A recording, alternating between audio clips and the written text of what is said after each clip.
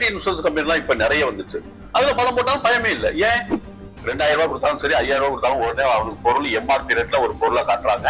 அவன் தெரிஞ்சுதான் வாங்குறான். அதுக்குதான் அதுல ஏமாத்துறது இல்ல.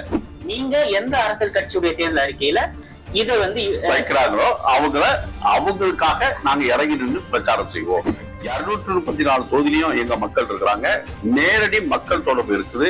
நல்ல பேச்சு திறமை, ட்ரஸ் கோடு, எல்லாருமே வண்டி வச்சிருக்காங்க. அப்ப எங்க பிரச்சாரம் கண்டிப்பா ஒரு மிகப்பெரிய அந்த கட்சி கண்டிப்பா இருக்கும். அதுல மாற்று கருத்தே கிடையாது.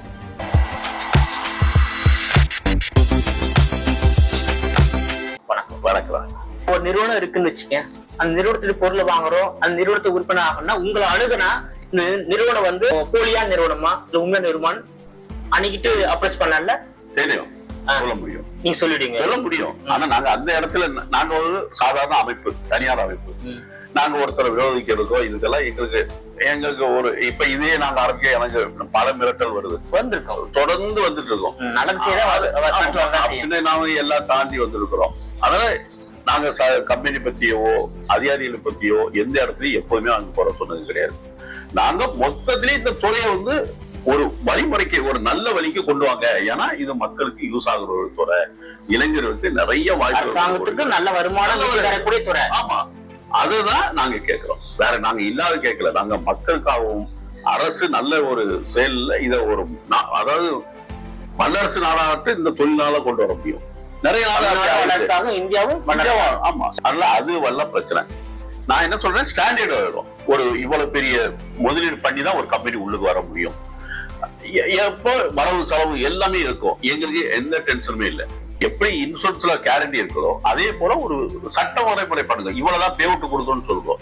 அவன் சொல்றாங்க எல்ஐ இன்சூரன்ஸ் கம்பெனிக்கு எல்லாமே இவ்வளவுதான் பே அவுட் கொடுக்கணும்னு ஒரு சதவீதம் போடுறான். அந்த சதவீதத்தை இதுலயும் போடுங்க, தப்பே கிடையாது. நீங்க 100 ரூபாய் வாங்கினா இவ்வளவுதான் சதவீதம் இருக்கணும், இதுதான் இதுக்கு இவ்வளவுதான் செய்யணும் அப்படின்னு போடுங்க. நாங்க அந்த கம்பெனி மட்டும் செய்துட்டு போறோம். டூப்ளிகேட் வரவே வராது. பிரைவேட் இன்சூரன்ஸ் கம்பெனி எல்லாம் இப்ப நிறைய வந்துச்சு. அதுல பணம் போட்டாலும் பயமே இல்லை. ஏன் கவர்மெண்ட் 2-3 சட்டம் போட்டுருக்கான். ஒண்ணு, ஒரு டெபாசிட் கட்டுறோம், ஒரு மிகப்பெரிய அமௌண்ட் டெபாசிட் கட்ட சொல்றான். அடுத்தது இவ்வளவுதான் பே அவுட் கொடுக்குறோம், இவ்வளவுதான் அந்த மக்கள் பிரிச்ச ஏஜென்ட்டுக்கு கொடுக்குறோங்கிறான். நல்லது, அதனால அது கரெக்டா இருக்குது. அதேதான் நாங்களும் கேட்கிறோம். எங்க இதை தடை பண்ணுங்க, கொடுத்தீங்கன்னா பிரைவேட் இன்சூரன்ஸ் மாதிரி எங்களுக்கு மிகப்பெரிய சட்டமுறை பண்ணுங்க, அதாவது வரைமுறை பண்ணுங்க, கடுமையான சட்டத்தை போடுங்க. அதாவது இவ்வளவு ஒரு பெரிய அமௌண்ட் கேளுங்க, டெபாசிட் கவர்மெண்ட் கட்டினா இந்த கம்பெனி இந்த தொழில் செய்யலாம். ஒண்ணு, அப்போ அந்த மாதிரி பெரிய தொழிலதிபர்கள் தான் இதை தொடங்குவாங்க. நிறுவனம் ஏமாத்திட்டு போனாலும் அந்த டெபாசிட்டை வச்சு ஏமாத்து எங்க லைன்ல ஏமாத்துறது முடியாங்க. 2000 ரூபாய் கொடுத்தாலும் சரி, 5000 ரூபாய் கொடுத்தாலும் உடனே அவனுக்கு பொருள் எம்ஆர்பி ரேட்ல ஒரு பொருளை காட்டுறாங்க. அவன் தெரிஞ்சுதான் வாங்குறான். அதுதான் அதுல ஏமாத்துறது இல்ல.